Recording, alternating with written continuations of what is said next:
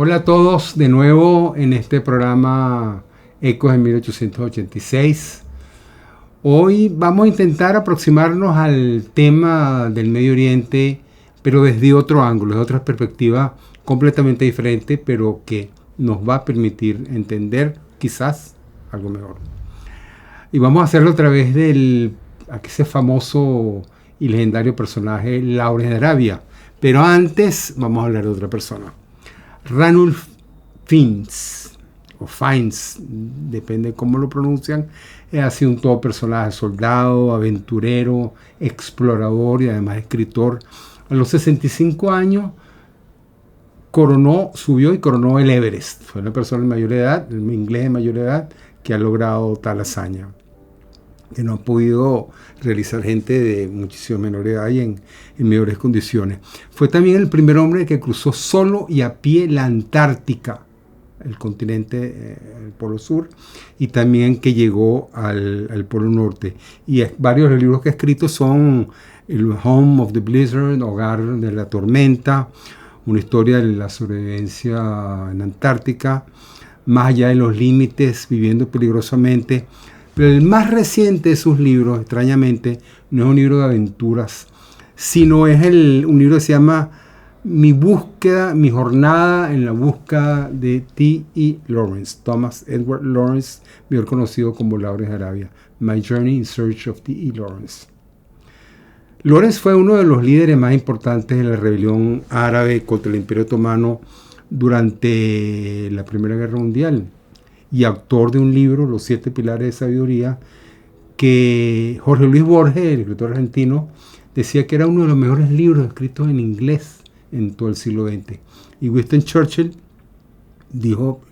tenía la misma opinión, lo admiraba, y luego, después de la Primera Guerra Mundial, lo contrató como asesor político por su sapiencia, por su conocimiento del tema del Medio Oriente, y además por la escritura extraordinaria que es. Además, Lawrence se han escrito más de 300 libros. El de este señor Ranulph Fiennes es el más reciente, y se han hecho muchas películas, entre ellas sobre todo la de 1962 dirigida por David Lean, que contó con la actuación extraordinaria de Peter O'Toole, Anthony Quinn, Omar Sharif, Al Guinness, tantos otros, y que yo confieso haber visto no menos de 15 veces. Me parece una exageración, pero no. Es una película extraordinaria de todo punto de vista. Es una aproximación heterodoxa del personaje, pero que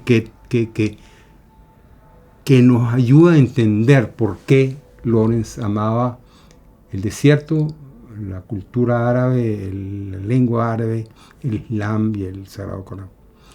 El libro de Ranulph Fiennes, su biógrafo actual, no es quizás el mejor, el más detallado, el que analiza políticamente lo que ocurrió, pero sí es el más íntimo, el más personal, porque Fiennes, al igual que Lawrence, fue un soldado que peleó como asesor militar inglés en la contrainsurgencia al servicio del sultanato de Omán contra la insurgencia marxista de Yemen del Sur, que todavía están, no voy a decir echando vaina porque es una grosería, pero sí que estaban, que siguen, que es un problema que todavía está vigente, como el de Palestina, que muchos creían haber resuelto desde hace décadas. Él era asesor militar y entendió y participó de trabajos de insurgencia y contrainsurgencia en el Medio Oriente, lo cual le permitía analizar lo que le ocurría a Lawrence. Un capítulo habla de su vida, de cómo terminó siendo oficial del ejército británico al servicio del sultán de Omán, pero al mismo tiempo intercala esos capítulos con análisis de la vida de Lawrence e intentando comprender el liderazgo de este personaje tan misterioso.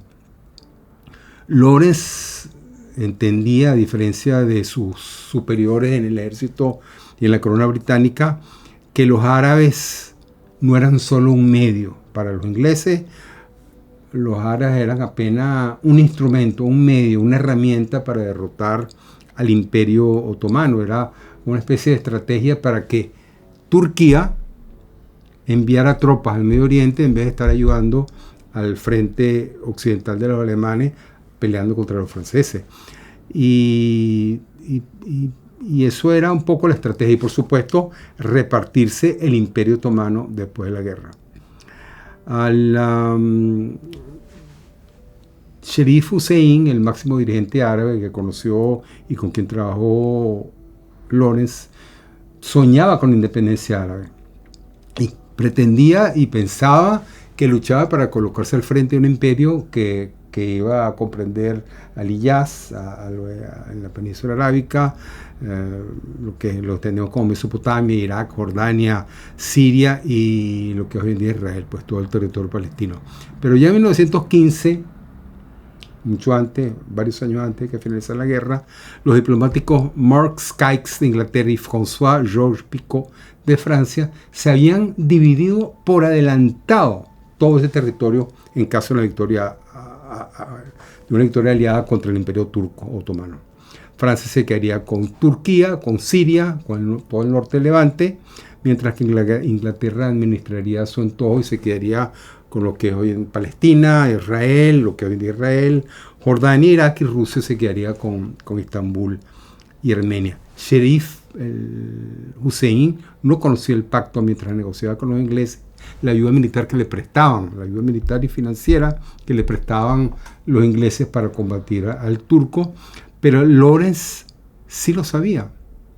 Y atormentado luchó y dirigió fuerzas militares árabes inclusive en contra de sus superiores, como el general Allenby en Inglaterra, e intentó tomar y llegar a Damasco en Siria antes que los ingleses, tratando, digamos, de realizar una especie de fait accompli, que la independencia árabe pudiera realizarse y asegurarse antes del control de las potencias coloniales en la época. Y a tal punto es importante militarmente las campañas de Lawrence de Arabia que su historia, su libro sigue siendo utilizado y estudiado por las más importantes academias militares del mundo cuando se analiza y se estudia el tema de la contrainsurgencia. Después de la Primera Guerra Mundial, y un poco por la confianza que le tenía Churchill, por la admiración que sentía Winston Churchill, lo contrató como asesor político y lo envió al Medio Oriente intentando enderezar ese entuerto creado por el pacto Sykes-Picot, pero sin mucho éxito. El territorio kurdo, por ejemplo, se le asignó a Irak contra su voluntad, por eso los kurdos siguen peleando desde entonces. Luego nombraron en Irak a Faisal como rey, siendo sunita, y el país profundamente chiita. Y un poco se explica la violencia de los chiitas luego del derrocamiento del sunita Saddam Hussein en el año 2003 en la Segunda Guerra del Golfo. Poco después de finalizar la guerra, ya las fuerzas de Faisal se enfrentaban a las tropas francesas de ocupación por el control de Siria, territorio, país que se le había asignado de acuerdo al pacto Sykes-Picot a Francia, y los franceses lo que hicieron fue reemplazar a los turcos. Los árabes seguían sin conseguir su independencia y sin contar con el visto bueno de las potencias coloniales. Pero sí aceptaron la petición de Chaim Weizmann, que estaba al frente de la Federación Sionista Internacional, y se le permitió la inmigración de 70-80 mil judíos emigrados de Europa a Palestina en los años inmediatamente posteriores a la Primera Guerra Mundial. O sea, hay una diferencia en el trato frente a la población y lo que querían los árabes y lo que querían las potencias coloniales y lo que quería, por supuesto, la Federación Sionista. Al desprender el territorio de Kuwait de Irak en el pacto, Irak quedaba sin salida al mar. Y esto fue lo que ocasionó la Primera Guerra del Golfo. Hussein invadió Kuwait a causa de este famoso pacto que dejó a ese país sin salida al mar. No estamos defendiendo a Hussein, pero sí intentando ver que hay una gran injusticia en este desmembramiento del Imperio Otomano y los países que crearon. Lawrence de Arabia estaba tan desilusionado con el con lo que hicieron los aliados y con lo que hizo Gran Bretaña durante la Primera Guerra Mundial, de la cual era pues ciudadano y teniente coronel, que el abuelo del actual monarca inglés, el ex marido de Lady Di, el rey George, lo llamó al Palacio de Buckingham para entregarle una medalla. Lo iba a nombrar caballero de la orden, caballero de la monarquía del rey, una de las medallas más importantes para la corona británica. Y cuando se la colocaron, lo agradece, se la quitó, le digo, lo siento, su majestad, no la quiero. Con la mirada del esposo del rey, que si las miradas pudieran matar, ya Laura Gerard se lo han muerto en ese momento. Y él no estuvo en desacuerdo con lo que hizo su majestad, con lo que hizo la corona británica. Y si alguien debe servir a dos amos, le dijo, lo más correcto sería ofender al más poderoso de todos, eso es usted. Lo siento, tome su medalla. Luego intentó, eso no se había hecho, el rey no sabía qué hacer, pero había protocolo para responder a este atrevimiento. Eso es peor que le digan a alguien que se gane el premio Nobel de la literatura no aceptarlo. O sea, para los ingleses eso era el insólito, imprevisto, no sabían qué hacer. Luego, a pesar de ser teniente coronel, intentó alistarse como soldado raso en la aviación militar británica, cambiando con nombre falso. Y lo descubrieron. Y llegó un capitán, lo vio y se le cuadró. Le dijo, mi coronel, ¿qué hace usted aquí vestido de soldado raso? Y lo descubrieron y lo sacaron, por supuesto. Usted no puede ser soldado raso, usted es teniente coronel de la Fuerza Armada Británica. Entonces, se fue, su momento de depresión, pues le gustaba el mundo militar, pero no disfrutar de la mentalidad de los altos oficiales de la corona. Y luego, por supuesto, escribió en ese momento 7 pilares de sabiduría, que es la historia de la rebelión árabe, que es uno de los libros más importantes de todo el siglo XX y uno de los mejores libros en inglés que se han escrito en los últimos siglos. Un libro extraordinario que nos permite entender el rol de las potencias coloniales en el diseño del Medio Oriente y en la responsabilidad que tienen estas potencias coloniales en la crisis que actualmente nos ocupa en Gaza, en Israel, en Palestina. La primera edición, por supuesto, nadie quería publicarse, la pagó él mismo, terminó prácticamente arruinado, y uno, claro, se asombra del talento político, literario de estos líderes políticos y militares que tenían esa capacidad de reflexión, aquel conocimiento de la lengua, de la cultura. Winston Churchill, ustedes saben que al finalizar la guerra escribió 7 tomos, la historia de la Segunda Guerra Mundial, y se ganó el Premio Nacional de Literatura, el Premio Nobel de Literatura. Winston Churchill, el político, el dirigente. Un libro un libro extraordinario.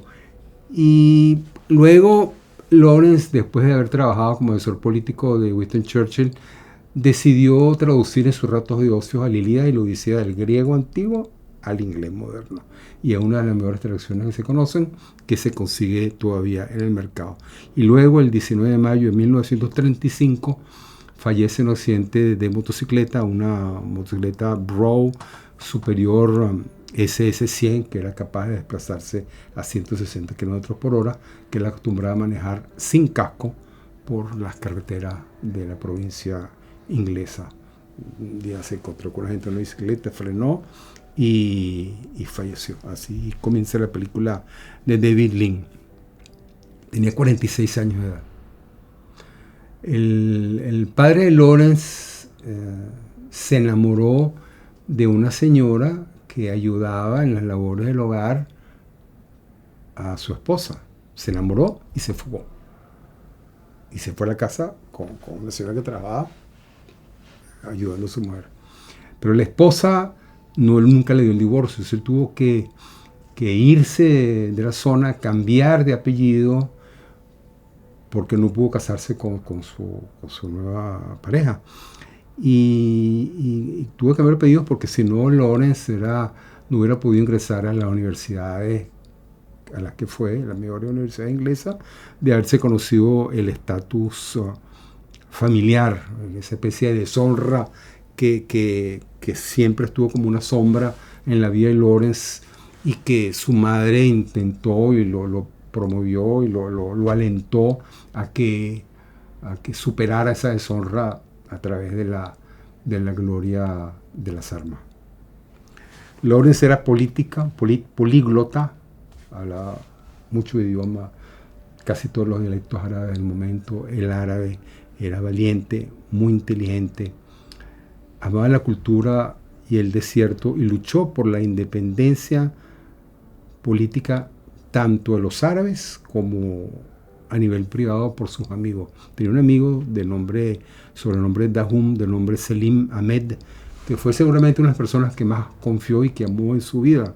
Y aunque no se conoce o no se tienen pruebas ni interesa tenerlas, si tenía unas relaciones sexuales con el muchacho árabe, se supone que sí, pero sí ciertamente fue la persona que él más quiso, respetó, admiró y con quien más confianza le tenía, pero murió en la guerra. El fracaso de la rebelión árabe y la muerte de Dahum en el campo de batalla le arruinaron la vida, quedó prácticamente destruido psicológicamente, y cuenta toda esta historia, las intimidades que nadie se atrevía a contar en ese momento, los análisis políticos y militares que tampoco nadie se atrevía a contar. Lo dejó todo por sentado, una prosa que ha causado la admiración de los mejores escritores del siglo. Vale la pena volver a verlo y por supuesto ver la película que inspiró su vida. Lo más importante es que podemos rescatar, creo yo, a esta altura de la obra y la vida de T.E.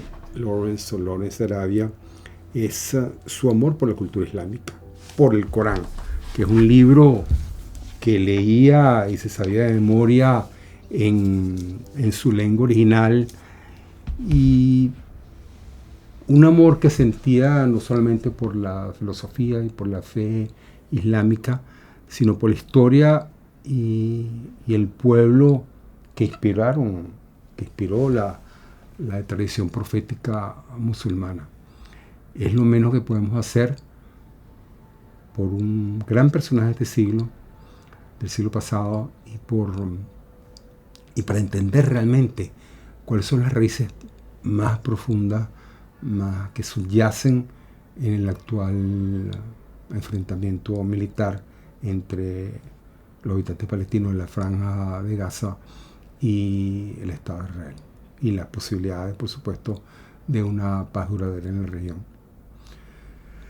Muchísimas gracias por escucharme, y si les gustó el programa, por favor, suscríbanse al canal, y si están en desacuerdo, que seguramente muchos de ustedes lo estarán, por favor díganlo o compartan su entusiasmo por cualquier tema o cualquier otro tema que les parece importante que tratemos en los próximos programas. Muchísimas gracias.